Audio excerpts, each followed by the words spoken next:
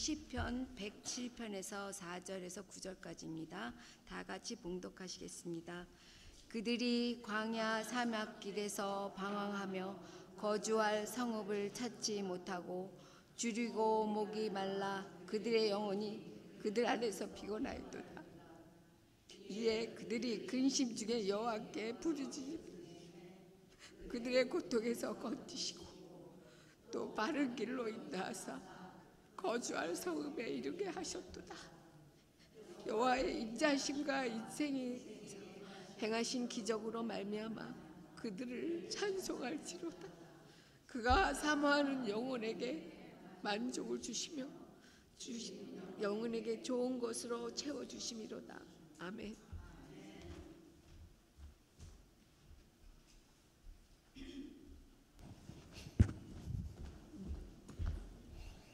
할렐루야.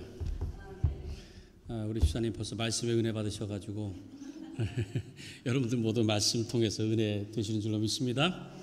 우리 서로 인사 먼저 나누고 말씀 듣도록 하겠습니다. 오직 예수 줄여서 오예. 우리 서로 인사하시죠. 오예. 오예. 오직 예수님밖에 없습니다. 나를 구원하실 분은 오직 예수 그리스도 한 분밖에 없는 줄로 믿습니다. 할렐루야. 우리 표 함께합니다. 시작. 나의 영혼아 잠잠히 하나님만 바라라. 무릇 나의 소망이 그로부터 나오는도다. 시편 62편 5절 말씀. 아멘. 여러분들이 어떤 물건을 이렇게 사거나 또는 어떤 기관을 방문하거나 이렇게 서비스를 받은 다음에는 그 설문조사를 하게 됩니다. 설문조사를 해서 얼마큼 만족했는지, 이 서비스가 어땠는지 그걸 이제 기록을 하게 되잖아요. 근데 보면은 이렇게 범위가 정해져 있어요. 그래서 1부터 해서 쭉 5번까지. 되게 그렇죠. 1번은 전혀 만족스럽지 않다. 그렇죠? 2번은 거의 만족하지 않는다. 3번은 그럭저럭 이렇게 만족한다. 4번은 대체로 만족한다. 5번은 완전 만족한다. 6번은 잘 모르겠다. 그렇게 이제 그러잖아요. 그렇죠? 그런데 여러분들이 지금 살아온 삶을 돌아보면서 삶의 만족도에 대한 것을 한번 따진다면 어느 정도 될 것 같습니까? 나는 전혀 만족하지 않는다 하시는 분은 없으세요? 다행입니다. 그러면 거의 만족하지 않는다. 거의 없어요? 그럼 그럭저럭 만족한다? 여러분들 삶의 질이 괜찮네요. 대체로 만족한다. 대체로 만족한다. 대체로. 그럼 완전 만족한다. 완전 만족. 주로 이쪽. 그럼 이쪽은 뭐예요? 잘 모르겠다. 알겠습니다. 그럼 제가 좀 더 구체적으로 제가 질문을 던져볼게요. 여러분의 삶의 만족도에서 내가 가진 재산에 만족한다. 이거면 완전 만족한다? 그래요? 알겠습니다. 그럼 나의 지금 하는 일, 직업, 이것에 완전 만족한다. 는 없네요. 만족은 한 분 계시네. 그 다음에 나의 환경, 내 주변 환경, 이런 거에 나는 완전 만족한다. 만족한다. 그렇습니다. 그래도 띄엄띄엄 있으시네요. 자, 그 다음에 나의 가족, 내 자녀들, 내 남편, 내 아내 완전 만족한다. 좋습니다. 자, 그러면은 한 번 더 물을게요. 내 외모, 내 생긴 것. 나 이 정도면은 몸매도 그렇고 얼굴도 그렇고 체격도 키 다 완전 만족한다. 그래서 여러분 자신도 잘 아시는군요.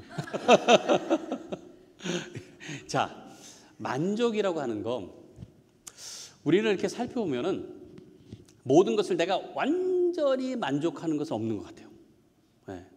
우리 사람이다. 그래서 그러잖아요. 인간은 만족을 모르는 동물이다. 그런 얘기를 하잖아요. 그러니까 무엇이라도 내가 조금 더 가지고 싶고 조금 더 좋은 것을 찾게 됩니다. 그게 인간의 본성이에요, 본성. 예. 그래서 이 욕심이라는 게 있잖아요, 욕심. 뭔가를 더 가지고 싶은 그런 마음들, 그런 게 있습니다. 특히 이 세상은요, 욕심이라는 것에 대해서 좀 긍정적으로 생각을 해요. 왜냐하면 욕심이라는 건 미래를 추구하는 어떤 원동력이 된다고 생각을 하거든요. 욕심. 그래서 욕심이 있어야 성공을 하게 돼 있어요. 그래서 그 세상에서 성공한 사람들을 보면은 남들보다 좀 더 좋은 어떤 환경이라든지 학벌 또는 무슨 실력 이런 것들이 남들보다는 더 가져야, 더 좋아야, 그래야 성공을 하게 돼 있어요. 그러니까 세상은 뭔가 사람들에게 하여금 욕심을 갖게 해요. 욕심이라고 해야 되나? 욕망? 이런 것들을 자꾸 갖게 합니다. 세상은 그렇게 부추겨요. 왜? 그래야 성공할 확률이 더 높으니까 그래요. 그런데 이 욕심이라고 하는 게 어느 정도에서 멈추면 괜찮아요. 근데 이게 한이 없다는 거예요. 끝을 모른다는 거예요. 그래서 멈추질 못하는 거예요.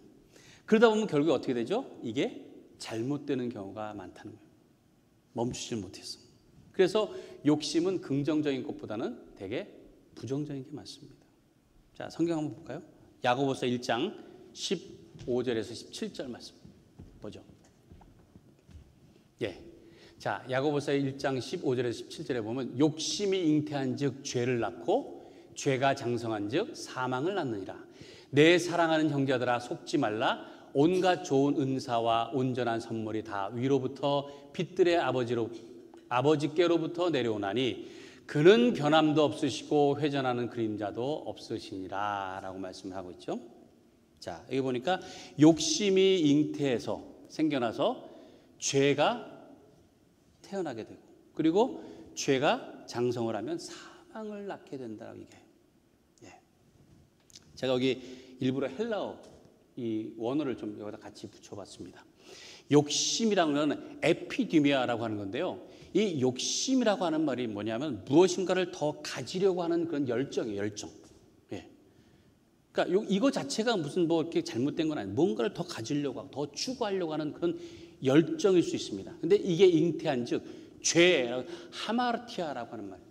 이 죄라고 하는 게 무슨 뜻이냐면 그 원어를 살피면 관역에서 벗어났다는 뜻을 갖고 있어요. 예. 그 화살을 쏠 때 타겟을 향해서 쏘잖아요. 근데 그게 벗어나는 거예요. 벗어나면 위험하잖아요. 그렇죠? 예?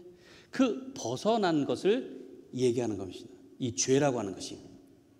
그러니까 어떤 목표를 삼은 것에 그 의도대로 되지 않고 벗어난다는 뜻을 갖고 있습니다. 자, 그리고 장성하다.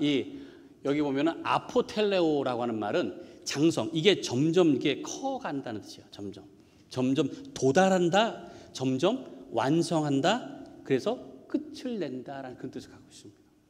네, 끝을 낸다. 그러니까 이 말씀을 이 원어에 맞춰서 직역을 하게 되면 무슨 뜻인가 하면 무엇인가를 탐하려고 하는 이런 열정이 생기면 원래 의도하던 목표에서 벗어나게 되고, 그리고 그것이 쌓이게 되면 멸망에 이르게 된다. 이런 뜻을 갖고 있는 거예요. 네. 그러니까 욕심을 갖는 것 자체가 어찌 보면 그게 그렇게 잘못된 건 아닐 수 있어요. 근데 문제는 욕심이 점점 쌓인다는 거예요. 이게 욕심이 자꾸 멈추질 못해요. 그러다 보면 결국 어디에 이르러요? 죽음, 사망에 이르게 된다. 그래서 욕심이 더 커지기 전에 멈춰야 됩니다. 멈춰야 돼요. 그러니까 세상에 무엇을 가지려고 하는 그런 욕심들, 욕망, 이건 누구나 다 있을 수 있습니다. 다. 그렇지만 그거를 멈출 줄 알아야 돼요. 멈출 줄 알아야 돼요. 그러지 않으면 어떻게 돼요? 결국은 망하게 된다는 거예요. 그러니까 욕심이 생겼을 때 어떻게 해야 돼요? 빨리 깨달아야 돼요. 그래서 뭐라고 말씀하느냐? 속지 말라. 속지 말라. 그리고 온갖 좋은 것은 어디로부터 온다고요? 하나님부터, 위로부터. 이걸 깨달은 거예요. 그러니까 내가 욕심을 가지고 있었을 때에 이것이 아니라 세상 가운데서 내가 할 수 있는 게 아니라 어디서 온다고요? 하나님께로부터. 주님께로부터 온다는 것을 깨달으면 된다는 거예요. 그런 말씀입니다. 욕심은 누구나 다 생길 수 있어요. 근데 그거를 그냥 욕심이 가는 대로 내버려 두느냐 아니면 거기서 멈추느냐의 문제예요. 그게 문제. 자, 잠언 27장 20절 말씀, 현대인의 성경인데요. 이렇게 말씀해요. 죽음과 멸망이 만족함을 모르듯이 사람의 눈도 만족할 줄 모른다 그랬습니다. 여기 죽음, 멸망, 이것의 그 원어는 어떤 그 지옥, 네? 뭐 수올, 그렇죠? 수올이라죠. 지옥, 뭐 그런 걸 얘기합니다. 그러면 지옥이 만족할 줄 모른다. 뭐냐면은 지옥이 과연 10,000원이 될 수 있을까요? 찰 수 있을까요? 네? 지옥이 이제 하도 이제 나쁜 놈들이 많이 와가지고 죄를 지은 사람은 야 이제 지옥이 더 이상 꽉 차가지고 더 이상 이제 올 데 없으니까 다 천국 가라 이럽니까? 안 그러잖아요. 지옥은 끝이요. 그것처럼 우리의 욕심이 그렇다는 거예요. 만족함이 없다는 거예요. 우리의 만족함이 없다는 거예요. 그러니까 우리가 어떤 것을 볼 때에 우리의 눈에 차지 않는 경우가 참 많습니다. 우리의 눈에. 그게 왜 그러느냐? 세상 가운데서 우리가 가장 귀한 존재예요. 하나님 그렇게 만드셨잖아요. 그래서 우리가 보는 것보다 다 밑에 있다는 거예요. 그러니까 우리가 보는 것보다 다 밑에 있으니까 우리의 눈에 찰 수가 없는 거예요. 우리 눈에 찰 수가 없는 거예요. 그래서 사도 바울이 이렇게 얘기합니다. 자, 빌립보서 4장 11절부터 13절 이 말씀 우리 같이 읽도록 합니다. 시작. 내가 궁핍해서 이렇게 말하는 것이 아닙니다. 나는 어떤 처지에서도 스스로 만족하는 법을 배웠습니다. 나는 비천하게 살 줄도 알고 풍족하게 살 줄도 압니다. 배부르거나 굶주리거나 풍족하거나 궁핍하거나 그 어떤 경우에도 적응할 수 있는 비결을 배웠습니다. 나에게 능력을 주시는 분 안에서 나는 모든 것을 할 수 있습니다. 스스로 만족할 수 있는 비결을 배웠다고 그러죠. 그게 뭐예요? 내게 능력 주시는 자 안에서. 내게. 그게 누구예요? 우리 주님이시잖아요. 그 주님 안에서. 그러니까 오늘 우리가 제가 말씀드린 어떤 결론과 같은 건 뭐냐면 우리는 주님 안에서 만족할 수 있다는 거예요. 주님 안에서. 그러니까 나보다 못한 그런 내가 볼 수 있는 그 어떤 그 기준 다 밑에 있으니까 나를 만족하려면 나보다 위에 있는 존재가 와야 되는 거예요. 그게 누굽니까? 그게 주님. 주님이 나한테 오셔야 비로소 내가 만족할 수 있는 상태가 되는 거예요. 꽉 찬 상태가 될 수 있는 것입니다. 제가 처음에 질문 드린 것처럼 어떤 여러분들의 재산이 뭐 충분해서 또는 뭐 직업이 좋아서 또 뭐 환경이 좋아서 아니면 뭐 여러분들의 외모가 만족스러워서 그래서 만족하는 게 아니에요. 그래서 뭐 욕심이 없고 그래서 만족한다 이게 아닙니다. 모든 것이 위로부터 온다고 하는 하나님께로부터 온다고 하는 것을 내가 믿고 그리고 하나님께서 내 안에 계시기 때문에 다른 것이 중요하지 않다. 내 안에 계신 그 주님을 인해서 나는 만족하게 된다라고 고백할 수 있는 것입니다. 자, 그렇다면 만족하지 못하는 것은 무엇 때문일까요? 왜 우리가 만족하지 못할까요? 오늘 본문에서 이스라엘 백성들을 향한 하나님의 말씀 한번 좀 같이 보도록 하겠습니다. 자, 오늘 본문 말씀이요. 4절부터 한번 7절까지 봅니다. 자, 그들이 이스라엘 백성들이죠. 광야 사막길에서 방황하며 거주할 성읍을 찾지 못하고 줄이고 목이 말라 그들의 영혼이 그들 안에서 피곤하였도다. 이에 그들이 근심 중에 여호와께 부르짖음에 그들의 고통에서 건지시고 또 바른 길로 인도하사 거주할 성읍에 이르게 하셨도다. 이스라엘 백성들이 그 애굽에서 나와서 광야를 지날 때에 거기서 끊임없이 불만과 불평을 가졌습니다. 예. 당장 마실 물이 없고 먹을 것이 없고 또 편하게 쉴 집도 없고 그래서 늘 불평했어요. 우리가 언제까지 떠돌이 생활을 계속해야 되나? 언제까지 방랑자의 길을 계속 걸어야 되나? 알 수가 없는 거예요. 그런 환경 가운데 너무 불편한 거예요. 그래서 뭐라고 하느냐? 오히려 애굽에서의 삶이 더 좋았다. 그래서 거기를 그리워하는 거예요. 그러면서 하나님을 원망하고 있었던 겁니다. 하나님을. 근데 여러분 보세요. 그들이 애굽에 있을 때에 노예 생활로 있었잖아요. 종살이. 그러면서 그들이 너무 괴로웠습니다. 너무 그 노역하는 것이 힘들어가지고 부르짖었어요. 그 탄식이 하나님께 들린 거예요. 그래서 하나님께서 내가 이 백성을 구원하겠다 하신 겁니다. 그런데 그래서 이들이 이제 나왔는데 사실은 지금은 이제 광야입니다. 광야, 사막. 거기는 편할 수가 없죠. 사실 뭐 사막에서 어디 뭐 물이 뭐 있겠습니까? 먹을 게 있겠어요. 사실 불편한 곳이에요. 그 불편한 곳. 근데 하나님께서 그 광야를 지난 다음에 가나안 땅, 약속한 땅에 이끄신다고 분명히 약속하셨어요. 그렇죠? 그럼 거기에는 자유와 해방이 있는 것입니다. 행복이 있는 곳입니다. 그곳을 향해서 지금 이제 가고 있는 과정인 거예요. 잠시 지나는 과정인 거예요. 그리고 그 지나는 과정 가운데서도 아무것도 없지만 하나님께서 보살피시는 거예요. 다 지키고 계시는 거예요. 지금 그것을 누리고 있는 것입니다. 근데 그럼에도 불구하고 이 이스라엘 백성들은 그 위대한 하나님의 구원 그리고 은혜 이것을 까맣게 잊어버렸다는 거예요. 까맣게.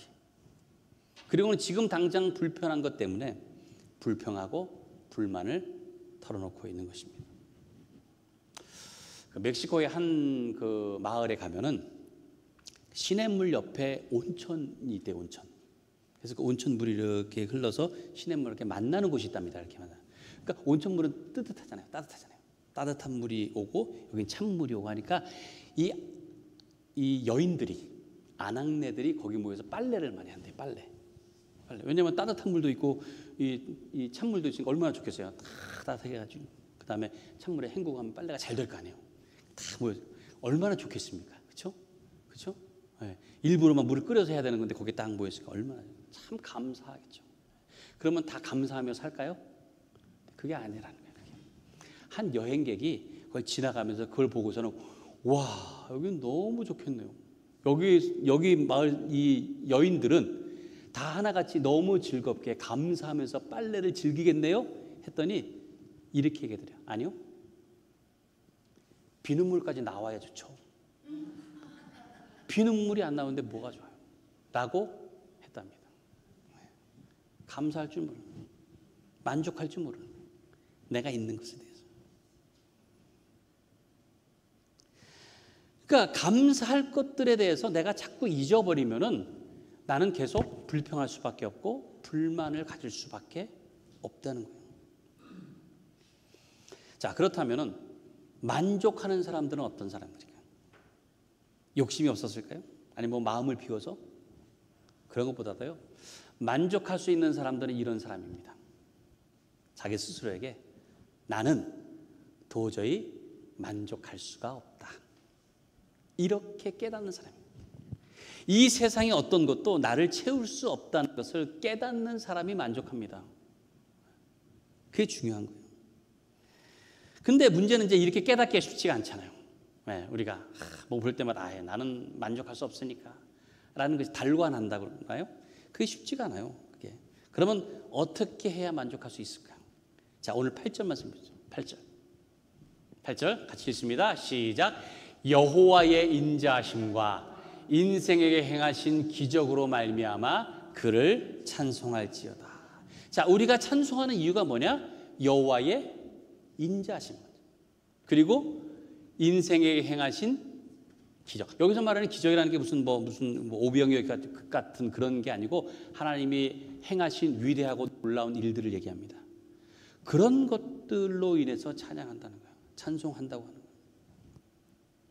그러니까 무엇보다도 하나님께서 나에게 베푸신 것들 이것이 얼마나 위대한지 그 은혜를 기억하는 게 중요한 거예요. 먼저는 기억해요. 계속 잊지 말고 기억하는 거예요.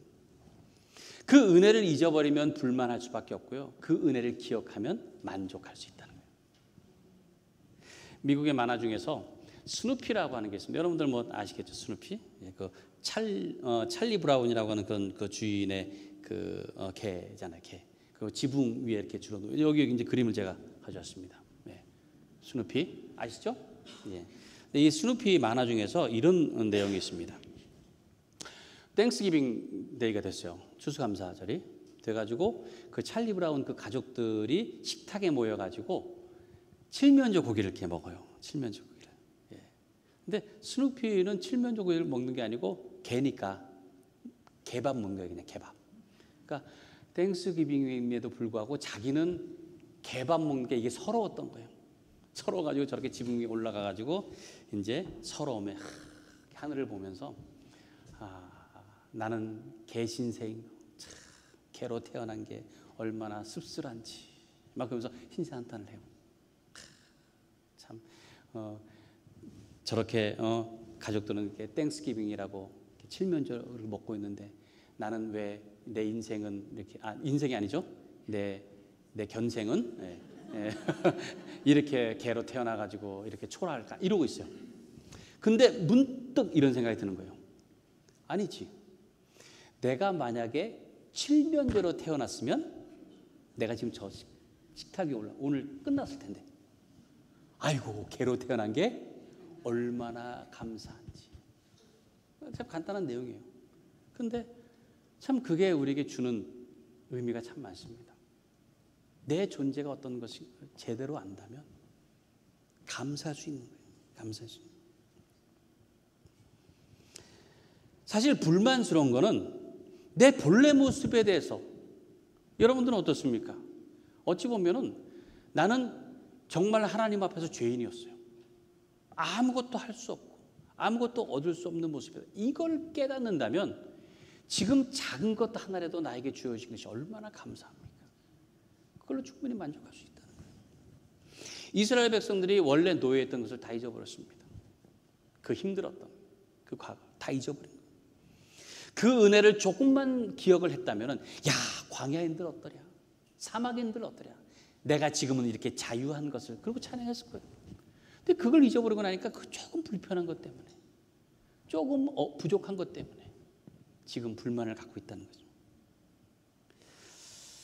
우리가 정말 크리스찬이라고 한다면 우리의 형편이 좀 힘들고 어렵고 좀 부족하고 불편하더라도 이 광야를 지나는 동안에 하나님께서 세심하게 다 돌보고 계신다는 것을 먼저 깨달을 수 있어야 돼요.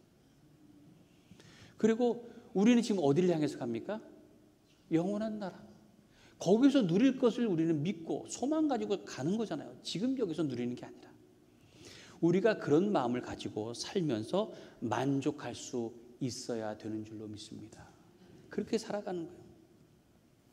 그래서 9절 말씀 이렇게 말씀합니다. 9절 같이 읽습니다. 시작. 그가 사모하는 영혼에게 만족을 주시며 줄인 영혼에게 좋은 것으로 채워주심이로다. 하나님은 그 은혜에 목말라고 굶주린 자들을 만족해 하시는 분이시다. 만족해 하시는 분이시다. 하나님께서는 우리에게 뭔가를 더 주시려고 해요. 아버지처럼. 근데 우리가 그 은혜를 망각하고 내가 교만하고 내 스스로 불평하고 고집부리고 그 음성에 귀 기울이지 않아서 우리가 그것을 누리지 못할 수도 있다는 거예요. 세상에 목말라 하지 말고 하나님께 목말라 하시는 여러분들 되시기 바랍니다. 주님 앞에 우리의 영혼, 우리의 심령, 주님 앞에 목말라야 돼요. 주님께서 채워주시면 우리는 만족할 수 있는 겁니다. 하나님 우리 아버지시잖아요. 우리의 영원한 아버지. 그래서 우리가 무엇을 통해서 만족하는지도 아신다는 거예요. 우리의 만족을 아십니다. 어떻게 해야 만족하는지 그 마음을 가장 잘 알고 계시는 분이 우리의 아버지 되시는 하나님이시다는 거예요. 세상의 것은 우리를 만족할 수가 없고 우리를 더 굶주리고 더 목마르게 하잖아요. 하나님께서 주시는 그 신령한 은혜를 통해서 우리는 만족하며 살 수 있는 줄로 믿습니다. 우리의 삶이 불평 불만 없이 늘 그렇게 살 수 있다면 얼마나 좋을까요? 여호와가 나의 목자시니 내게 부족함이 없으리로다. 그 고백처럼 주님께서 나의 목자가 되시니까 내가 더 이상 필요한 게 없는 거예요. 내가 더 이상 불편한 게 없는 거예요. 그 주님이 목자가 되신 것. 그것으로 인해서 만족하라는 말이 무엇입니까? 더 이상 필요한 것이 없는 거예요. 왜? 주님이 계시니까. 그렇게 만족할 수 있는 여러분들 되시길 바랍니다. 불평과 불만은 끝이 없어요. 근데 그게 계속 나를 괴롭고 초라하게 만듭니다. 감사와 만족도 끝이 없습니다. 그것은 나를 행복하고 기쁨이 가득하게 이끌어가는 줄로 믿습니다. 여러분 어떤 삶을 원하십니까? 어떤 환경에서도 만족할 수 있는 삶이 되시길 바라요. 하나님께서는 우리와 함께 하셔서 우리가 필요한 것대로 우리를 만족하게 하시는 복의 근원이 되시는 줄로 믿습니다. 그 하나님께서 여러분들의 삶에 부족함이 없게 만들어 주실 것입니다. 여러분들의 심령과 여러분들의 영혼이 주님으로 인해서 가득한 만족한 그런 삶이 되시기를 주님의 이름으로 간절히 축원합니다. 우리 이 시간 함께 찬양하고 기도하겠습니다.